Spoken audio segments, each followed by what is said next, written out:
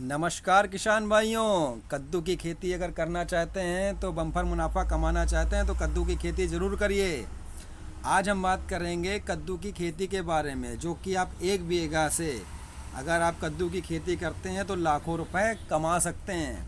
कैसे, आइए हम देखते हैं। कद्दू कब बोएं, कैसे बोएं, कौन से बीज लें, कितनी खाद डालें और कौन सी दवा कब डालें, पूरी जानकारी हम आपको आसान भाषा में समझाएंगे। कद्दू की खेती कब करें?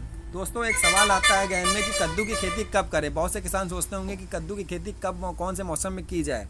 तो देखिए, मैं आपकी जानकारी के लिए बता दूं कि गर्मी की फसल में जो जनवरी से फरवरी के बीच में होती है, वहाँ पर आप कद्दू की खेती जो है बेस्ट मानी जाती है। एक होती है बरसात की फसल में, जो जून से जुलाई के मध्य बोई जाती है, और एक होती है सर्दी में, जो सितंबर से अक्टूबर के मध्य बोई जाती है। लेकिन मैं आपको बता दूं कि जो सबसे अच्छा समय होता है कद्दू का, वो फरवरी से मार्च के बीच में होता है। ये जो है कद्दू का बेस्ट सीजन होता है। खेत की तैयारी, सबसे पहले अब कद्दू को बोना है तो आप खेत की तैयारी करिए। खेत की तैयारी करने के लिए आप 2 से 3 बार इसकी जुताई करवाइए।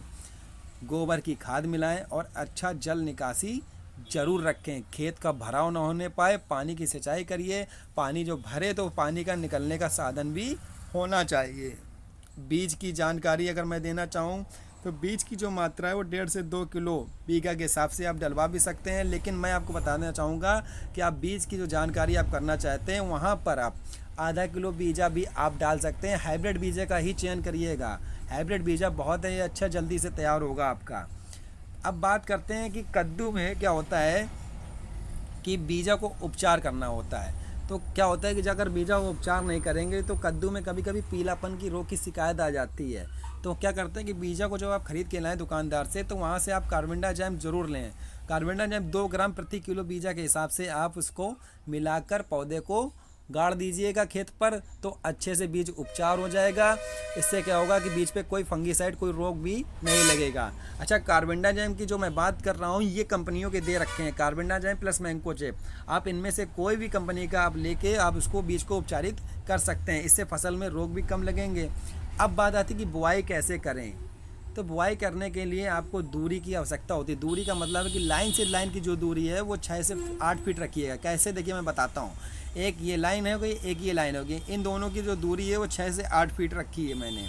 अब पौधे से पौधे की जो दूरी रखनी है, वो जो पौधे से पौधे की दूरी रखनी है, तो ये पौधा है, एक ये पौधा, एक ये पौधा, इनकी जो पौधे के बीच की दूरी है वो 3 से 4 फीट रखनी है। और हर गड्ढे में 2 से 3 बीजा डालना है। हर गड्ढे में 2 से 3 बीजा आपको डालना है।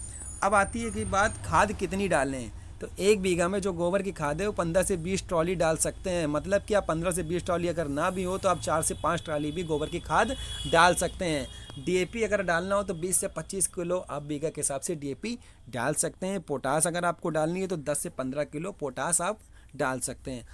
आधी जो खाद है वो बुआई में, और बाकी जो आधी खाद है वो 25 से 30 दिन में आप ज़रूर एक बार डलवा दें। अब सिंचाई की बारी आती है कि सिंचाई हमें पानी कब देना चाहिए। हमने बीजा तो बो दिया, लेकिन अब हमको जानना है कि हम पानी कब दें। तो सिंचाई जो गर्मी में हर से 4 से 5 दिन में दे दीजिए, और सर्दी में 8 से 10 दिन में दे दीजिए। फूल और फल के समय पानी बहुत ज़रूरी होता है।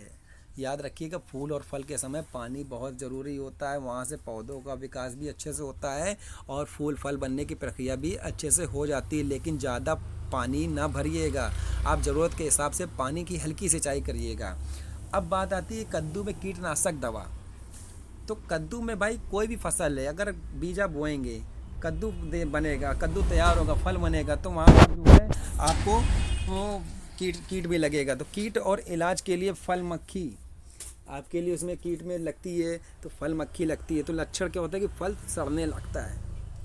फल सड़ने लगता है तो वहाँ पर आप मैलाथियन 50% EC 1 ml प्रति लीटर पानी के हिसाब से आप छिड़काव कर सकते हैं। अब बात आती है कि एक लाल कीड़ा लगता है कद्दू में, जिसको बीटल कहते हैं। ये पत्तियां को खाता है।